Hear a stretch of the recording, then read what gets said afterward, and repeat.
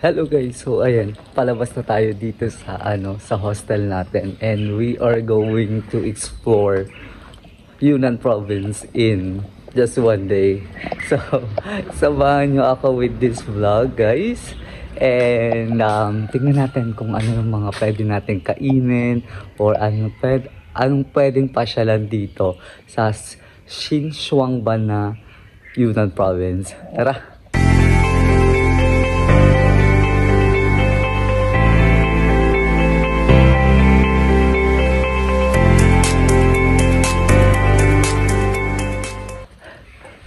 But before that, may nakita ako dito, parang fruit siya. Para siyang makopa. Ayan o. Hindi ko alam kung nakakain. So, dito yung parang siyang Taiwan. It's just like Taiwan. The weather right now is cloudy and a little bit cool. Cooler than Lao. Ayan. This is the street. So, hindi ko alam kung saan ako pupunta pero maglakad-lakad tayo. So, ayan. Yan yung mga structure dun. This is a residential area actually.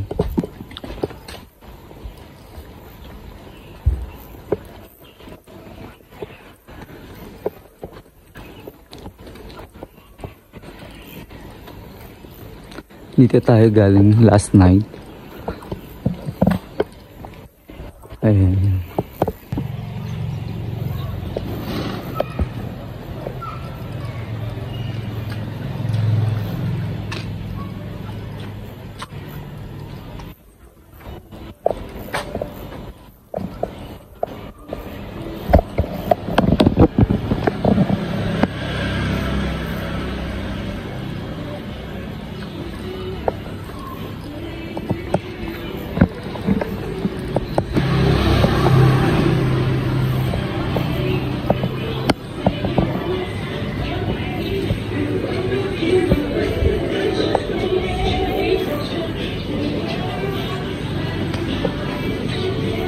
Let's go there.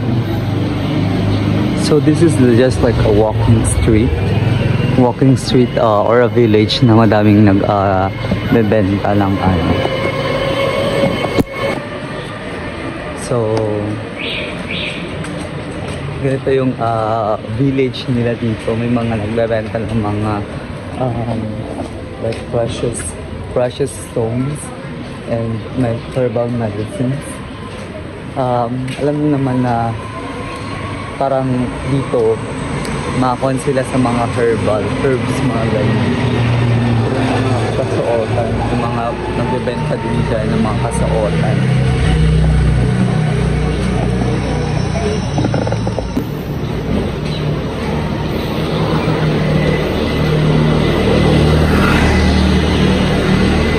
Tawid tayo.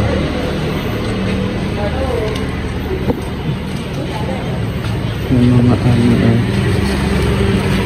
this is walnut.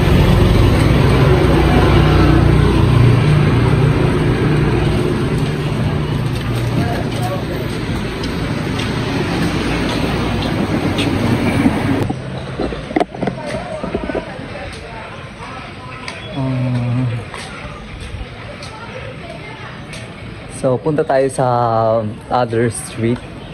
Oh, buti ba dito may mga din, mga comfort station or mga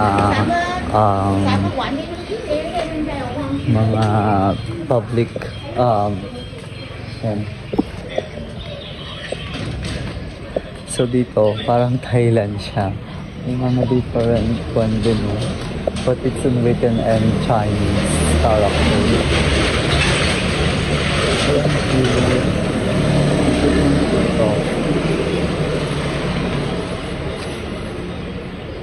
Maybe I will buy something na it's memorable or something na dito.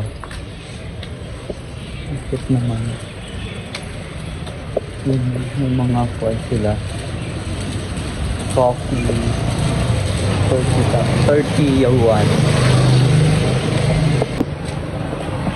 So, ayan. Sabi ni Zoe, ito daw is a village art. Ayan.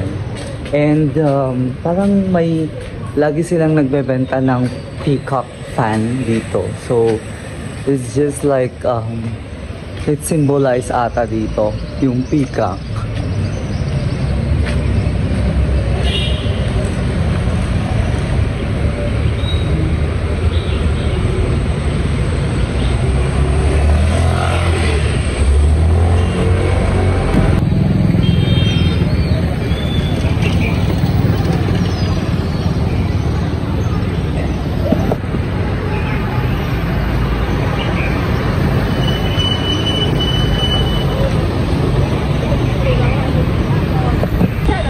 Guys, ayan, may libreng parking.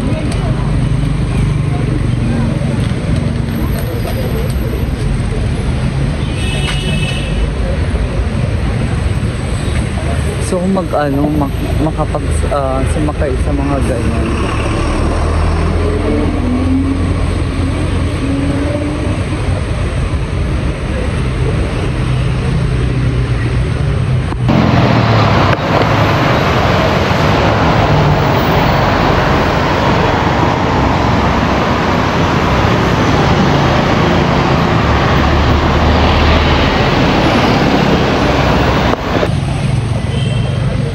So yan guys, tatawid tayo sa street na to and we are going to the next street.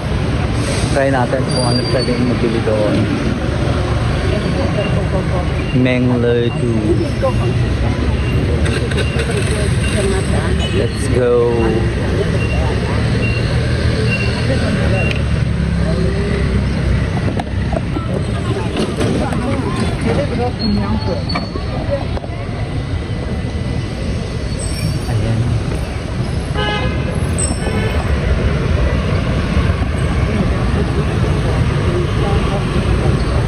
Tayo.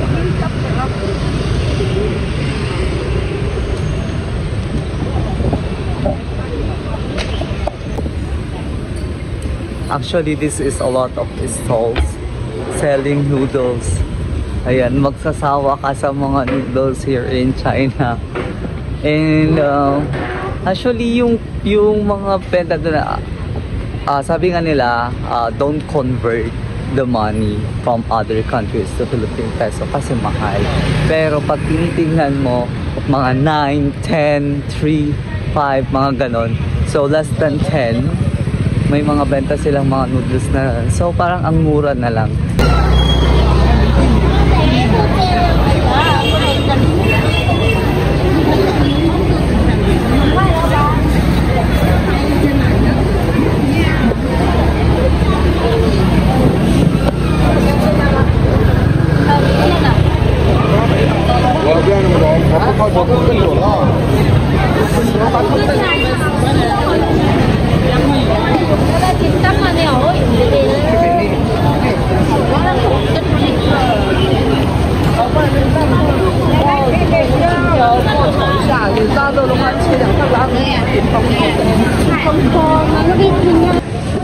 So guys, bumili tayo dito ng parang buns. It's a xiaolongbao or something. I'm not sure, but I will try this one.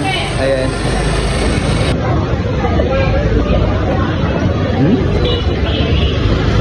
Sarap. May mungbing sa loob.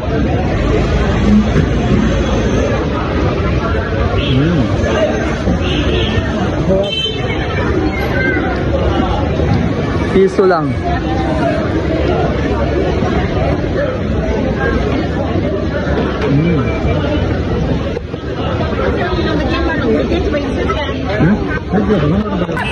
Let's see what price this one. 看你喜不喜欢这个味啊？这是原味，这是麻辣，有辣椒跟没辣椒。Best taste. 给大家看一下我这个下面的名字叫小二子。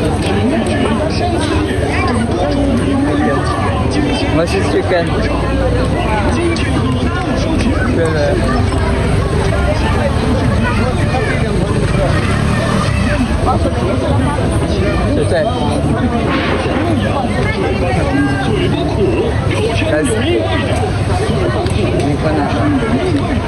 Guys, Ayan, tinikram natin.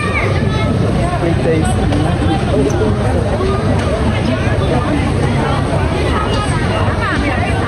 来来来，野生菌免费品尝，好吃不完。 This is like honeycomb. Turkey, beef turkey. Grabe. Blueberries. Mas may blueberries sila. Blueberries. Grabe yung simoy ng hangin dito. Grabe, medyo lumalamig na. Hindi ko nadala yung ano ko. Hindi ko nadala yung coat ko. Medyo malamig. Ang lamig siya.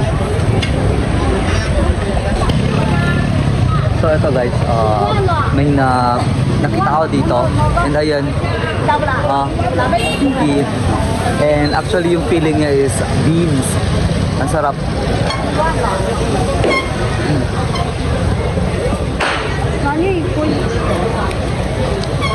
Sarap. Yeah. And I have this one.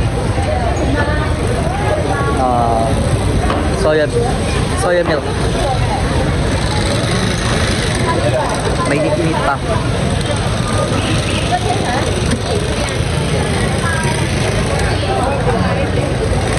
Yummy.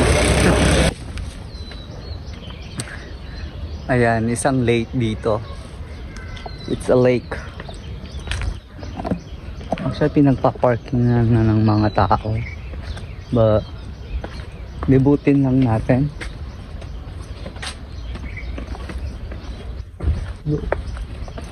Let's go.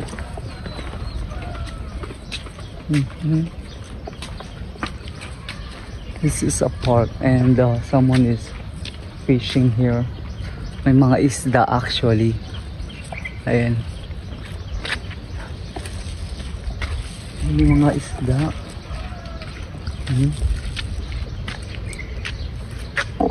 Ayan.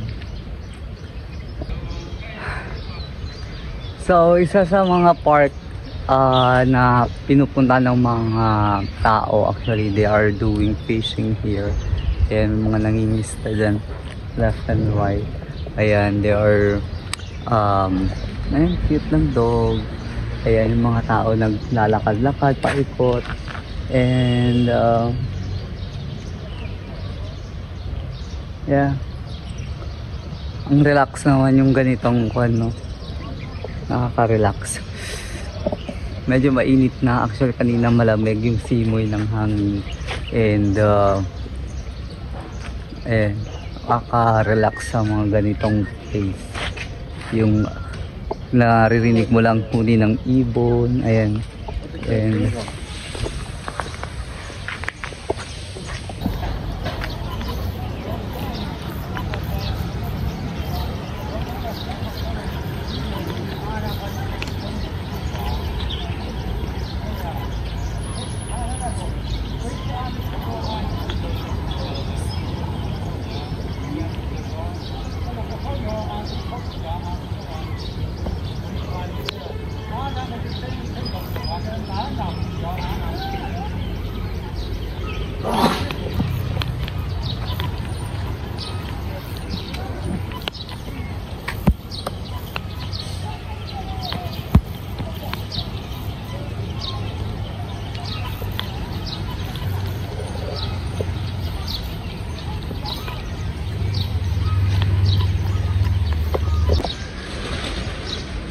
so, yung mga elder dito, ayan, yung mga ginagawa lang nila, nagpi-fishing, nagre-relax, ayan, nag-exercise,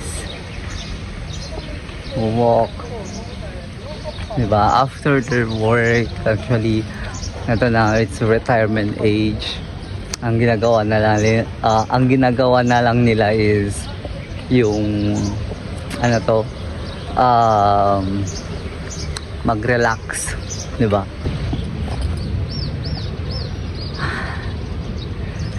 So ayan, story time, no? Ayan, etong China na to, di ba? Ang lakas ng loob. Kailangan mo ng lakas ng loob para magbiyahe-biyahe. Kasi kung hindi malakas yung loob mo at na-stuck ka dito sa country na ang problema is number one, communication. Kung hindi mo alam mag-Mandarin or something na makipag-communicate, hindi ka magsa-survive dito. Number two, social media or internet. Bago ka pumunta dito, dapat alamin mo kung ano yung pwede mong magamit, like yung internet. Sabi ko, okay lang kasi baka may mga internet dito sa China, di ba? Pero meron naman sa hostel actually, pero hindi ko alam kung bakit nare-restrict lahat ng mga application ko, like yung Facebook, Messenger, WhatsApp, Instagram, everything. Yung signal ng internet nila is very strong sa kanila, pero pagdating sa phone ko hindi siya nag-work. I'm not sure kung bakit. Guys, comment below sa mga nakaranas ng ganito sa pagpunta nila sa China. Ako lang ba ang hindi magamit ko through message lang, Messenger, nagme-message, pero call, bla-block siya, hindi siya nag-go through. Kaya nahihirapan akong kontakin si Buddy Mobo, even may gusto ko akong tanungin, hindi ko matanong kasi nga yon yung na-block or na restrict yung mga app. So dito sa China,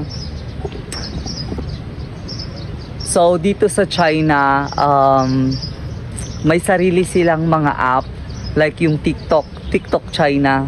Hindi siya yung ginagamit na usually na TikTok. And also yung Messenger, hindi rin nila ginagamit dito. Ginagamit nila is Line and WeChat. Ayan. Which is hindi naman namin ginagamit. Nandito lang ako sa may silong na, ang social. Pag may mga buko pala na ganyan, ayan, nakita nyo, may mga kwan doon, parang tagasalo. Pag may nahulog siguro na buko, ayan, yan, nasasalo niya agad-agad. So, yun na nga. Grabe yung experience. Kwento time na naman. Dito na lang ako magkwento. So, dito na lang ako magkwento sa park. Nandito ako sa park ngayon, umuupo, and later kakain tayo, no? Ayun na nga, from Vientiane, nag-travel ako through train, speed train, going to Mohan to Xinchuangban na. Ayan, Xinchuangban na, Yunnan province. So ayun, nag-rest lang ako dito konti dito sa may silong ng ng coconut. And in-enjoy ko lang yung time, you know, to unwind.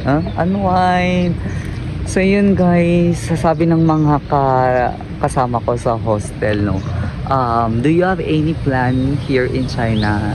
Actually, may isa si Zhou, yung from Guangzhou, or new from Hong Kong actually. Galing niyang mag-English, kaya buti na lang meron siya. Pero pagkaalis ko kasi sa bahay kanina, ay sa hostel, tulog pa siya. So okay lang na, kasi baka napuyat. So ayan nga, wala, talagang down. Hindi pa ako nakapag-upload from the time na nagpag-enter ko dito sa China, kasi nga doon pa lang sa Boten, guys, sa Boten pa lang nawawala na yung from Luang Prabang to Boten, nawawala na yung signal ko, and nawalan pa ako ng internet. Ayan, so dapat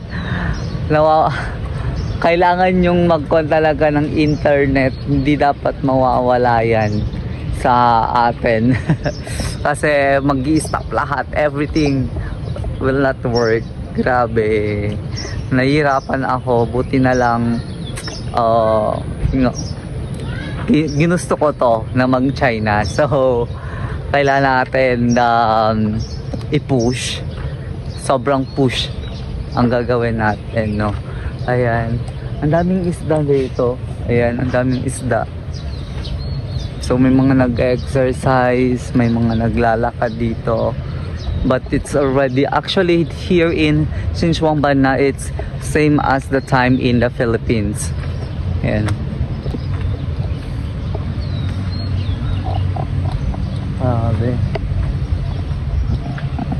Ito yung sinasabi ko, guys, na parang nilalagay nila sa coconut para pag may nahulog na bunga, maikakatch, may magkakatch. Ayan.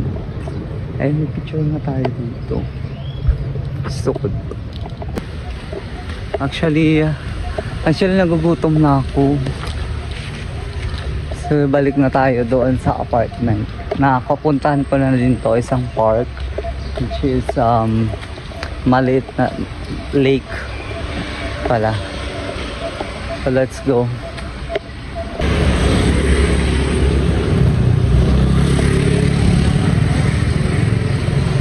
So, may nakita ako parang colored, ano kaya to? It's a school. I'm not sure. Puntaan natin. Ang daming mga food. Food is all full food. Lahat food.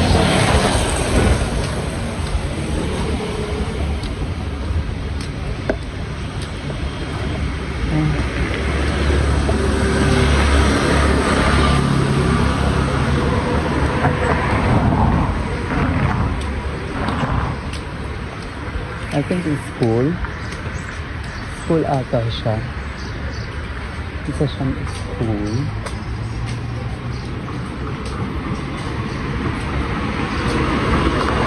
Ayan.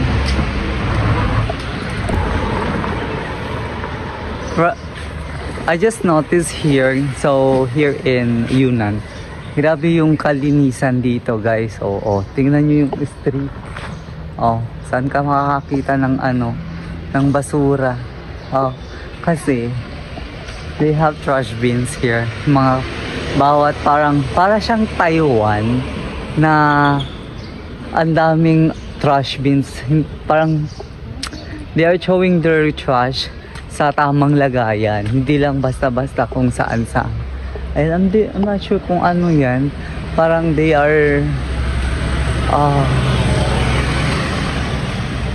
like katatapos lang election. I'm not sure for that, but grabe. Oh.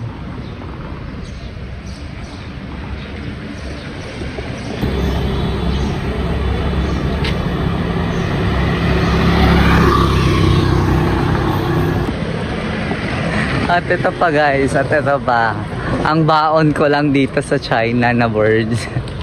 Ni hao. Ni hao. Xie. Yun lang, dalawang word, ni hao at xie. So, anong kwan ko doon? Paano makikipag-communicate, diba? Ni hao at xie. Tapos ni hao, sinasabi ko, tapos ang dami na lang sinasabi. So, nakaganyan na ako. Ha? Grabe. Yung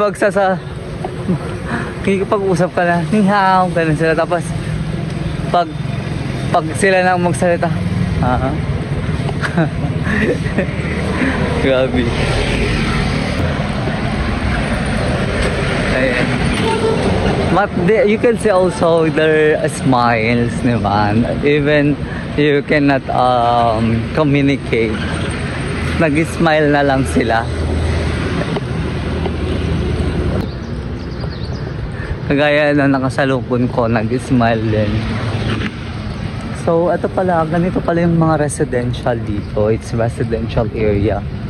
Ayan, by per unit. Para siyang Taiwan, di ba? May mga ganyan din. May mga post box. Ayan, mga residential area to. Residential. Kaya sabi ko, dito, apakalinis kasi they segregate their waste from recyclable material, waste, food waste, and hazardous waste. Ayan. So, dito pa lang a lot of food na they're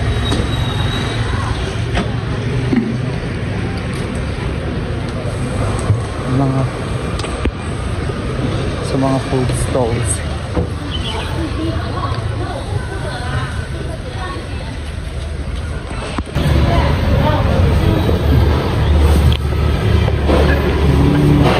So guys, nandito na naman ulit ako. Actually, ito yung pinipilaan na guys. So, pinipilaan nila.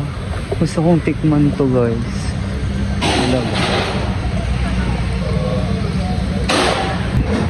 So, the prices of the food is just like 2 yuan, 3 yuan, 5 yuan. So, grabe. Gusto ko tikman to. Ang dami pinipilaan kasi. So, let's try this one. Let's go. So guys, ang daming kumakain dito. So let's try their food.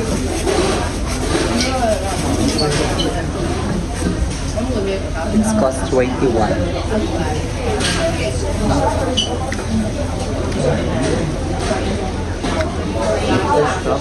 With coffee.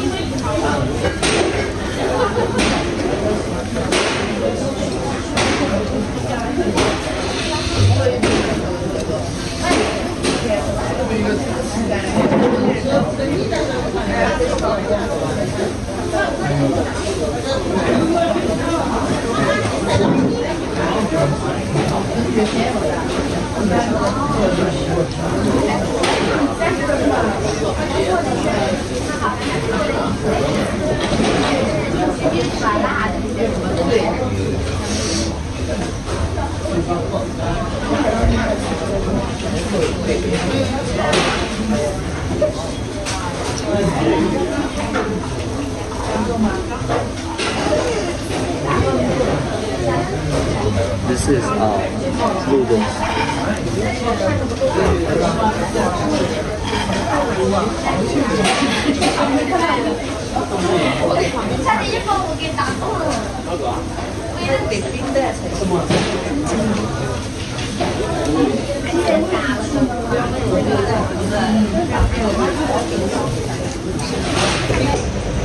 Grabe, ang sarap ng food.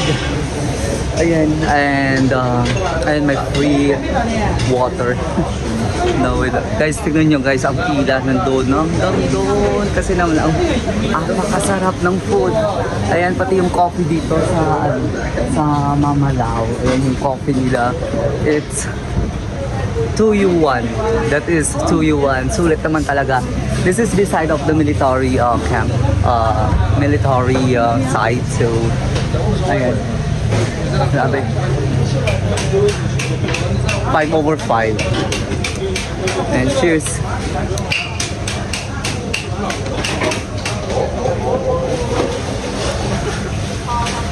So, must visit this place, guys. And if you want like authentic Chinese food, so we are selling here. Yeah, thank you so much for watching, guys, and don't forget to like, share, and subscribe to my channel. Badowski Travels, and see you to my next vlog. Bye bye. Kapag kap kap chay lay lay, sase, bye bye.